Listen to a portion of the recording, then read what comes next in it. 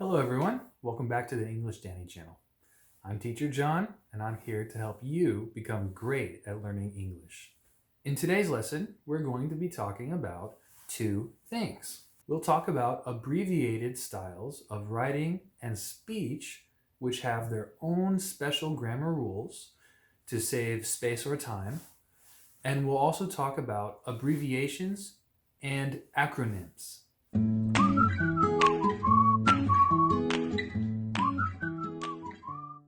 Okay, first let's talk about when we use abbreviated styles of writing or speaking in English. The first thing is in advertisements or also instructions. Small advertisements, which we often call ads, often leave out articles or subject and object pronouns, forms of the verb be, and prepositions. For example, gold wanted for cash.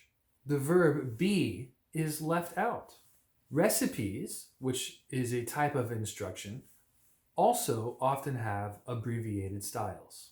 And if you look at this example here, you can see that we leave out the verb be and we don't use any articles. The second thing that we also use abbreviated styles for is when we take notes. For example, went to grocery store. Back at 2:30. Again, following the same rules previously, we don't use the verb be and we leave out articles or pronouns or things like that.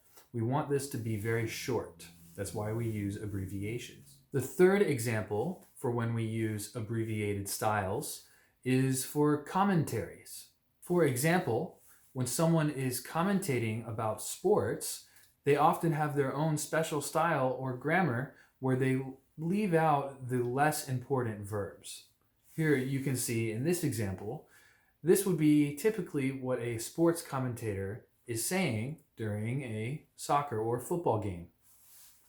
The fourth example of an abbreviated style in English is for titles or labels or even slogans of companies. For example, Seaside Hotel, Hollywood Cinema, Bus Stop, Best Pizza in Town.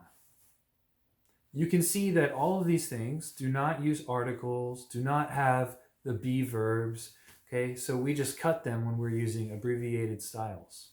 Okay, now we're going to talk about abbreviations and acronyms. In American English, we use a lot of abbreviations and acronyms because there are very long names for a lot of things, especially when we talk about government or other different organizations.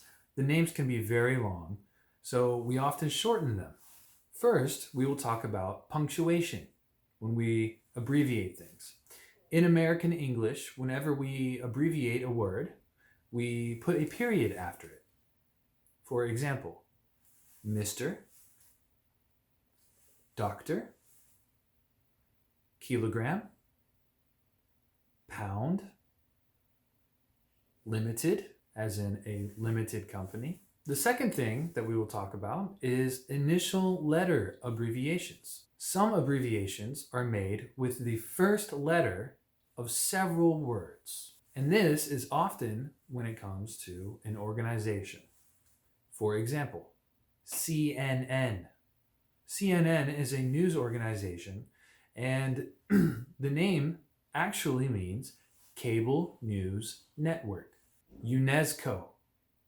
UNESCO is also an organization, but the name is very long. It stands for United Nations Education, Scientific, and Cultural Organization.